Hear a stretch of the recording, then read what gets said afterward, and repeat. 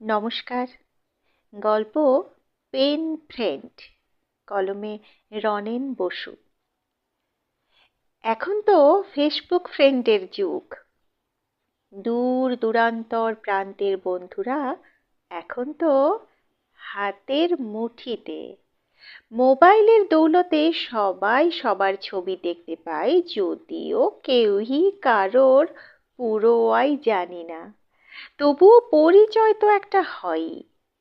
কিন্তু আমাদের সময় সে সুযোগ ছিল না। তবুও দূর দূরান্তর প্রান্তের অচেনা মানুষের সঙ্গে একটা অদৃশ্য বন্ধুত্ব গড়ে উঠত পত্র মাধ্যমে। তাকে বলা হতো পেন ফ্রেন্ড বা পত্রবন্ধু। পত্রবন্ধুর মতো পত্র বান্ধবীরও চল ছিল।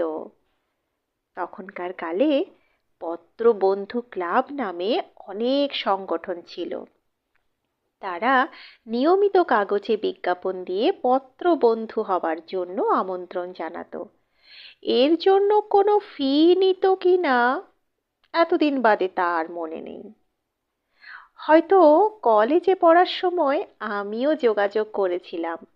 তা না হলে হঠাৎই একদিন পত্রবন্ধু হবার জন্য সুদূর উত্তরবঙ্গের কলেজ হোস্টেলের এক ছাত্রীর কাছ থেকে বন্ধু হবার জন্য পত্র আসবে কেন?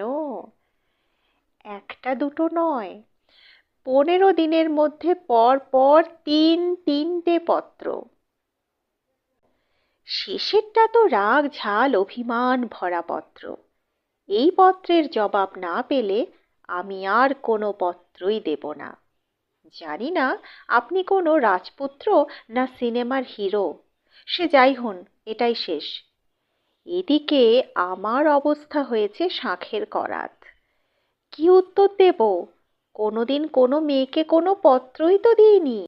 মেডিকেলে ভর্তি হয়ে হঠাৎই পিঠে দুটো ডানা গজিয়ে গেল যেন। মাঝে মাঝে হঠকারিতা করে ফেলতাম, তার ফলে সেই কলেজ ছাত্রীর পত্র বোমা। অথচ সেই দূরবাসিনী কিন্তু আমার হৃদয় সাম্রাজ্যের সম্রাজ্ঞী হয়ে বসেছেন।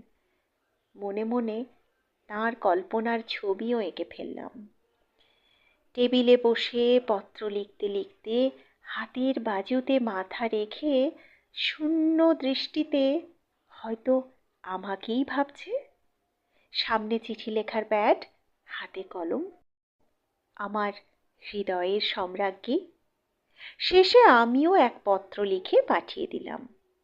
তারপর প্রতিদিন লেটার বক্স, নো পত্র। বেশ খানিকটা দমে গেলাম। কেউ আমার সঙ্গে মশকরা করলো না তো? ঘনিষ্ঠ কেউ হলে খুবই লজ্জার ব্যাপার হবে। কয়েকদিন পরেই লেটার বক্স আলোকিত। আমার সম্রাজ্ঞীর পত্র পেলাম। সারা শরীর মন থর থর করে কাঁপছে। হাতে কোনো শাড়ি নেই। এক সময় খুলেই ফেললাম। ভেতরে ওর চিঠি। বার করে পড়তেই চমকে উঠলাম। মহাশয়, দোষটা আমারই। আমার কোনো ঠিকানা আপনাকে দিইনি। আপনি আমার হোস্টেলের ঠিকানায় আপনার প্রথম পত্রটা পাঠিয়েছিলেন। দুর্ভাগ্যক্রমে তা খোদ প্রিন্সিপালের হাতেই চলে যায়। প্রিন্সিপাল ম্যাডাম আমাকে ডেকে বলেন, আপনি কে? আমার সঙ্গে আপনার কি সম্পর্ক? আমাকে আপনি পত্র দিয়েছেন কেন? আমি আর কি জবাব দেব? তাই বলির পাঁঠার মতো চুপ করে দাঁড়িয়ে থাকি।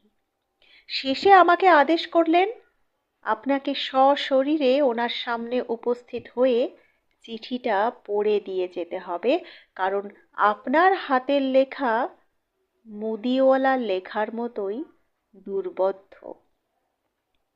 এক মাথায় যেন বাজ পড়ল।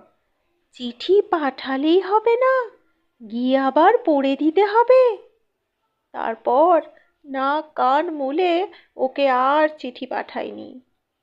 কিন্তু চিঠি লিখেছি প্রতিদিন একটা করে, তবে আমার ডায়েরির পাতায়, মন প্রাণ প্রেম উজাড় করে। ও তারপর কয়েকটা পাঠালেও ভয়ে জবাব দিইনি। একসময় তাও বন্ধ হয়ে গেল। সমস্ত ঘটনাটাই স্মৃতির অতলে হারিয়ে গেল। এরপর 7-8 বছর পরে বিয়ে করেছি, বাড়ির পছন্দ করা পাত্রী। কদিন বেশ ভালোই কাটছিল। হঠাৎ একদিন বাড়ি ফিরে দেখলাম আমাদের বিছানার ওপর সেই পুরনো ডায়েরিটা। আর একই সময়ে আমার নতুন বউ চায়ের কাপ নিয়ে ঘরে ঢুকে বলছে, বলি, এত প্রেমপত্র কাকে লিখেছিলে? নামটা তো দেখছি আমারই নাম।